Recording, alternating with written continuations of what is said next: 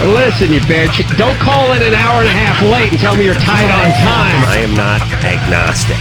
I am an atheist. I don't think there's no God. I know there's no God. How tall are you? I'm like 5'12", almost 6. Almost. See, I can never think of good examples of how dumb the people who call this show are. How high do you think the doorway is, where your door is? I don't know. What do you mean? Your doorway. That's the thing that your door goes into. Like, I don't understand. Huh? What? Like, are you considered retarded? Mexico is a dump because Mexico is filled with nothing but Mexicans. It's insane.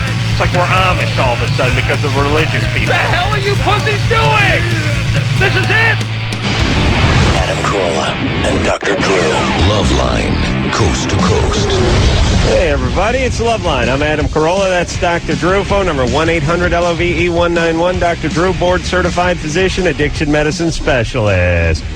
Ann Coulter, who was supposed to be on the show about an hour and a half ago, is now on the phone as well. Ann? Hello. Hi, Ann. You're late, baby doll. Somebody gave me the wrong number.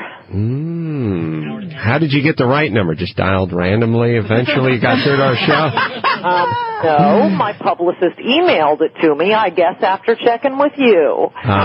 But I am really tight on time right now because I already had it. All right, well, get lost. Oh, my God. Did you really just hang up on Ann Coulter? Listen, you bitch. Don't call in an hour and a half late and tell me you're tight on time. Of course you're tight on time. You're an hour and a half goddamn late calling into the radio show. Just take your crappy book and go pitch it to your stupid cable outlets.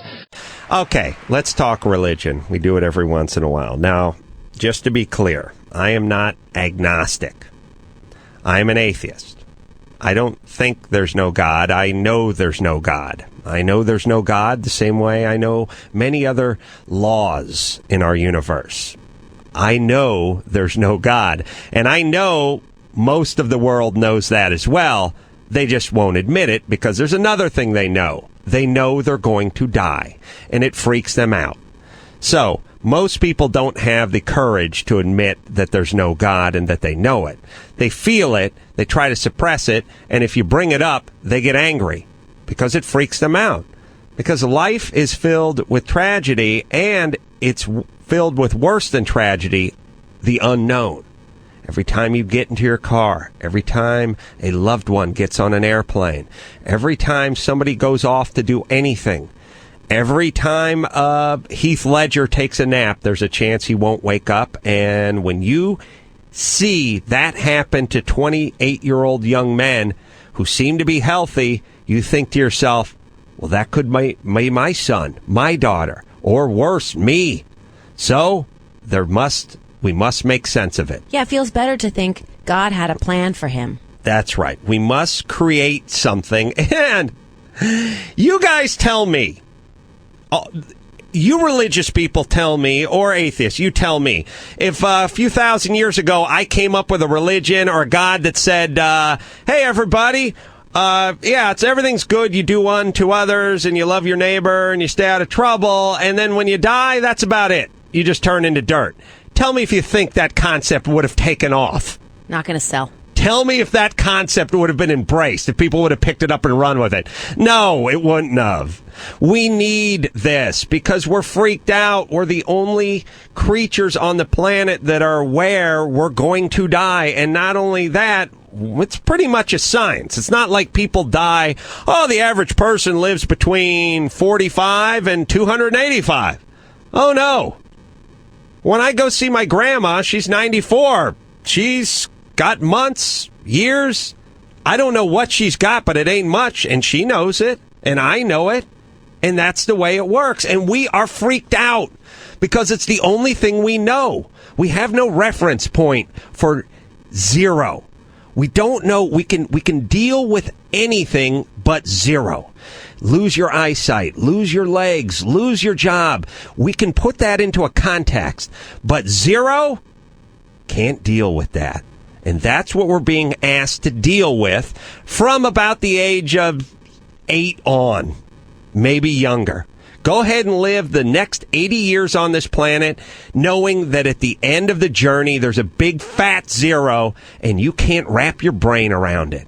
Well, I'll tell you how people wrap their brain around it. They lie to themselves and they create a God. And then they go through life and then a loved one dies and tragedy strikes and whatever happens and it's all his being. And guys like me get yelled at for telling the truth. Please. I don't believe in God any more than I believe in anything else that doesn't exist. So shoot me. And they quite possibly could because they're that freaked out about their fairy tale and protecting their lie. Now, the other part is people want to know, well, where do I get my evidence? What made me an atheist? Nothing makes you an atheist.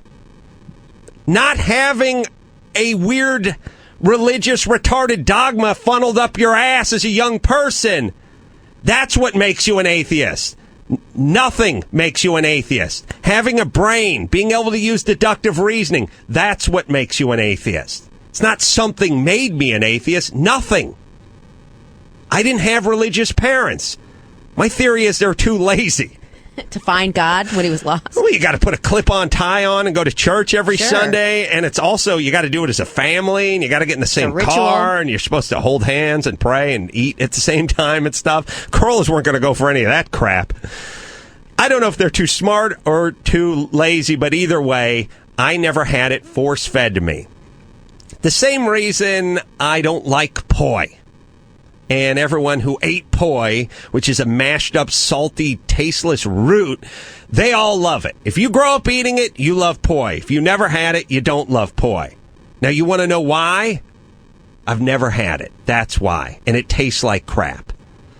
Religion doesn't make sense to people who didn't get it shoved into them early or who didn't kill a guy and have to deal with it while they're waiting on death row. So it doesn't make sense to smart people. The other thing is people do that thing where they go, okay, and this is the most condescending thing on the planet.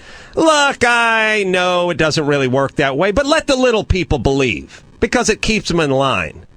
Really? Does it really keep people in line? How many people in jail are atheists? How many wars have been fought by atheists? Is there no killing? Is there no stealing? Is there no sinning going on? Really? It keeps people in line? And then, I don't like that message. I don't like the fact that somebody says, well, hey, guess what? We've installed a styrofoam camera, surveillance camera, up in your room, and that way your dad won't beat you anymore because I put a fake camera up there and he thinks I can see. Do you really want that? Do you really want this sort of false eye in the sky keeping people in line? And by the way, does it really keep people in line? Of course it doesn't.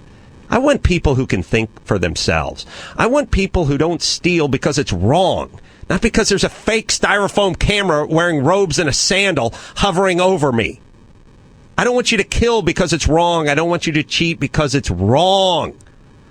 And don't give me this retarded, oh, who's to say if it's right or wrong? If really? Well, who's to say what's up and what's down then, you idiot? If you want to deconstruct the world till we're just down to a bunch of cells running around in the wrong direction, well, then of course you can do that, but that's a retarded argument. I would say there's a logical right and wrong. There just is. And that's why I'm willing to pass judgment in other cultures. I say female genital mutilation is wrong. I don't care if it's part of your culture. I don't care if it's been passed down from generation to generation. I don't care if I don't understand it. I'm going to say it's wrong. Do I need God to come in and intervene and explain to me that the female genital removal is wrong? That the female circumcision is wrong? No. I have deductive reasoning. I have brain cells to rub together. Chad is 16. He's tired of me bagging on Christianity. Yeah. Chad. Yeah. What's up? I'm just want to know why you just are always dissing on Christianity and religion and everything.